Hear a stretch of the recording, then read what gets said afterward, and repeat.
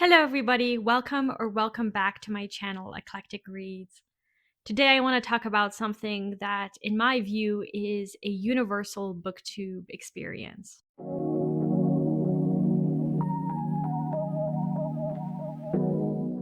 A few days ago, Isaiah at That Book Guy made a video titled, "Am I Buying Too Many Books?" And I immediately knew that I wanted to make a response video because I was nodding along.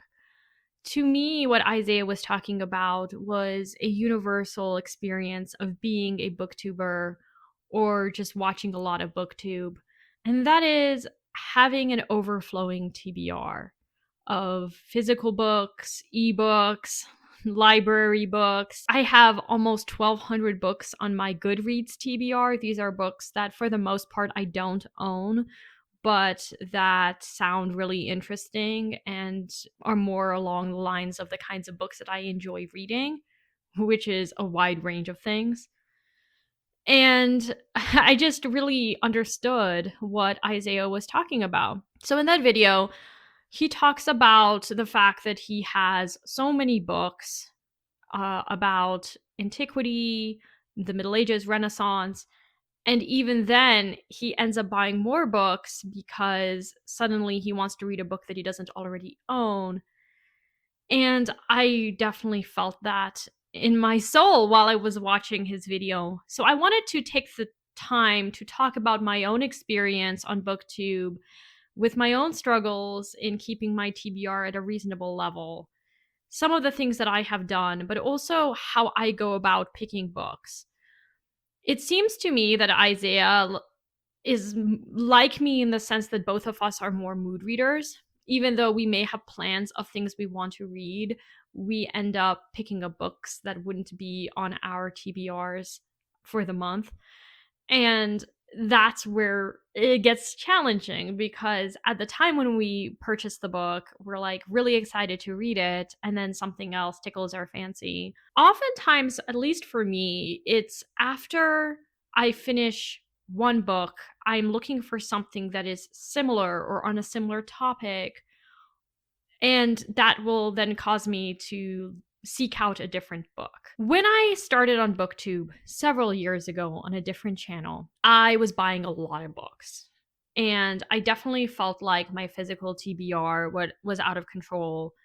I'm not somebody who is interested in owning books for aesthetic reasons. I've wanted to have a collection of books that I have read and that I would be interested in rereading.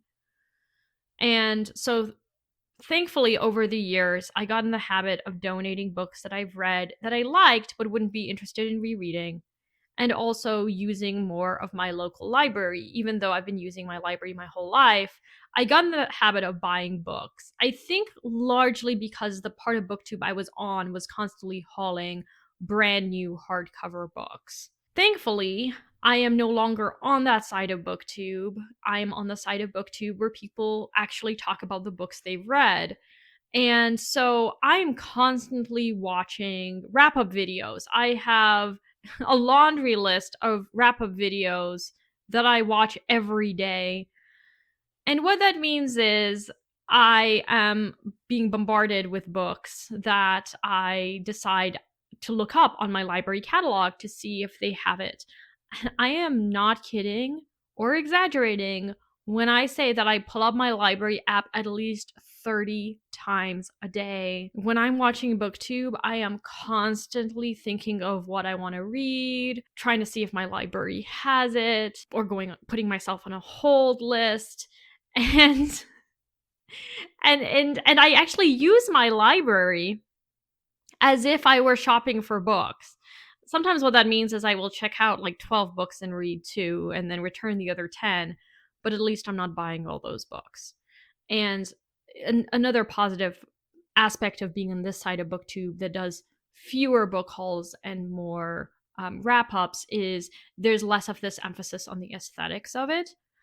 And it doesn't appear to me that that was Isaiah's struggle. Like, it doesn't seem like he's collecting books for the aesthetics. I think it's really genuinely because these are topics that interest him.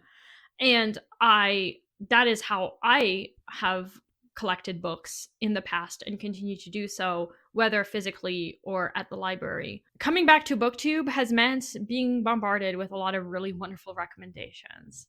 And that is both the blessing and the curse of Booktube. I could recommend romances. I could recommend romantasy novels. I could recommend horror novels because booktubers whose reviews I trust have recommended those books. Even if I haven't read them, I'm aware of them. And being aware of this much stuff, will definitely inspire you to buy more and also feel like you haven't read enough. Isaiah talks about reading too slowly. Sometimes I feel the same way, that I'm reading too slowly. It's just there are so many books I want to get to because there are so many great books in the world, and now I'm aware of them. Whereas before Booktube, I just wasn't aware of all these books. So I wanted to give you a sense of how I approach my reading. As many of you know, this summer I've had the project of reading books about Palestine. And I have probably read about 5 books so far, and I'm in the middle of a few. And that is a project that I am continuously working on and learning a lot more. This has also been a larger project of me actually learning about parts of the world and issues that I don't know as much about. I had asked people on Booktube in the a community post to recommend some books that I could read, particularly fiction that I could read about Palestine.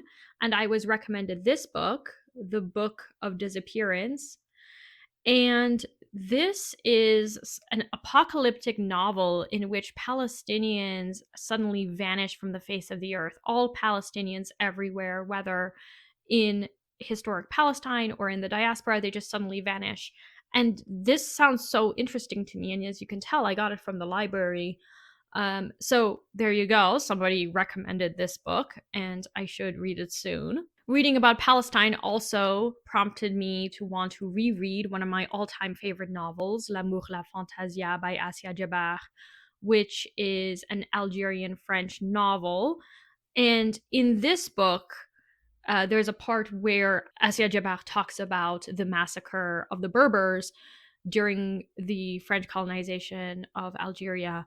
And there are passages in this book that came to mind as I was reading about the massacres of the Palestinians since 1917. And there's that connection where one book inspires me to revisit another book. Thankfully, I already own this book and had read it multiple times. There is an English translation available, which I will put on the screen. Another book I picked up after finishing another book was this one, Aurora Leigh and Other Poems by Elizabeth Barrett Browning. I showed this in the last video I made where I reviewed Flush by Virginia Woolf, which is a fictional, well, it's partially fictional. It's a biography, a fictional biography of Elizabeth Barrett Browning through the eyes of her Cocker Spaniel Flush.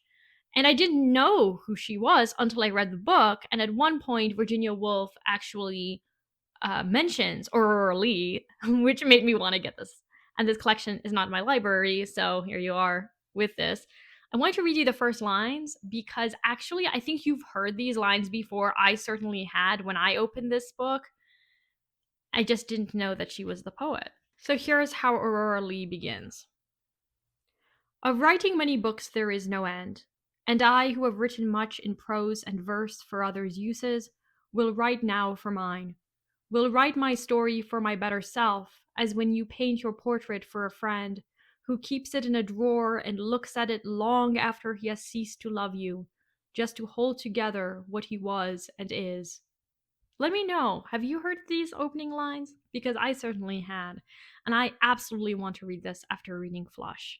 Another book I picked up because of booktubers is Alana, which is the first book in the Song of the Lioness series, which is part of a multi-series universe. All I know is this is about a girl who disguises herself as a boy to become a knight, and it is being read by a few booktubers. The one that comes to mind is Christie at Dostoevsky in Space. I think that's the name of her channel. So I'm not officially in the read along, but I decided to get the book because this is a series that apparently a lot of girls read as a child, and I didn't. I was, yeah, I didn't even know about the series until I came on Booktube. So there you go. Here's another book recommended by a booktuber. A Sign of Her Own by Sarah Marsh. This was recommended recently by Katie at Books and Things, who always has wonderful historical fiction recommendations. And I actually read Katie's own historical mystery that she published a couple years ago last year and really enjoyed it. But what appealed to me about this book is that it deals with Alexander Graham Bell and the invention of the telephone, but also about the deaf community and his attempts, at least from what I understand, his attempts at teaching deaf people to speak with words as opposed to sign language. I'm very curious about this book. One of the reasons why I do my Bookish Cousins series is precisely because I will read a book and then suddenly want to read books adjacent to it. So I have wanted to, for a long time, make a video about my favorite books on wildlife conservation. And if you watched my last video where I reviewed Cattail, you will know that I am very interested in this topic. And so I actually picked up two books. One is called Bringing Back the Beaver. Who's the author? Derek Gow. And this is about attempts at reintroducing the beaver into Britain. And then this is Kings of Their Own Ocean by Karen Pynchon, which is about the conservation of the tuna and trying to combat overfishing of tuna. Once again, I read something and then suddenly I want to read other things. And this is quite rare. I actually bought a hardcover. I don't like reading hardback books. First of all, they're really expensive. And second of all, the dust jackets are annoying. But I got Atmosphere by Taylor Jenkins Reid. I don't think I would ever have picked up this book if it weren't for Booktube. But all I know is that it deals with NASA and is inspired by Sally Ride's own long-term relationship with a woman. This just sounds wonderful. It's got great reviews, and I've never read a Taylor Jenkins Reid, so now I'm really interested. And because I just purchased it, I should probably read it. But yeah, that is how I pick books. I pick books because of Booktube. And I think that a lot of people are motivated by Booktube to buy books, whether physically or digitally or from their library, and feel like they have this overflowing TBR of books they will never get to. I don't know whether Isaiah has a well-stocked library nearby that he could use. I know some people don't actually have a good library nearby, so this may not be possible for everybody. But I have found using the library to be helpful. But even then, there are books that are just not available at the library. Or in the case of a book like Atmosphere, there is such a long waiting list. I mean, that's the other thing. Even if you use your library, brand new releases, super popular books are going to have the longest wait list. So if you want to get the book, you're going to have to purchase it or stay on the wait list until either the library acquires more copies or the book is available to you. You know, I think that we often talk about the aesthetics and overconsumption just to make pretty videos, but I think it runs deeper than that. I think it's just genuinely when you know more about things, you want to do all of the things, and it can feel a little bit like, you know, you have to read it all. Oh, one last thing. Isaiah mentioned in his video that he feels like before he can read books on the Renaissance, he should read books on the Middle Ages. And I did mention in the comments, but I want to just reiterate for everybody, you do not need to read books in chronological order. If you want to, you absolutely can. But as somebody who did my research in the Renaissance, if you have some background in classical literature, you could just jump to the Renaissance. And if you don't, you can always start with the Renaissance and then move backward. You could read, for example, Romeo and Juliet, and then be inspired to read Pyramus and Thisbe, or Tristan and Iseult, which is the French story that is very similar to Romeo and Juliet. You do not need to read books in chronological order. All right, that is what I have today. I know it's a really rambly video. I don't usually make very rambly videos, but I have had a lot to say, a lot to think about. So thank you, Isaiah, for making your video. I will link his channel below. He's been talking a lot about classical literature, ancient Roman, Greek works, plays, philosophy. So I highly recommend you check out his channel. Thank you, everybody, for watching, and I will talk to you later. Bye now.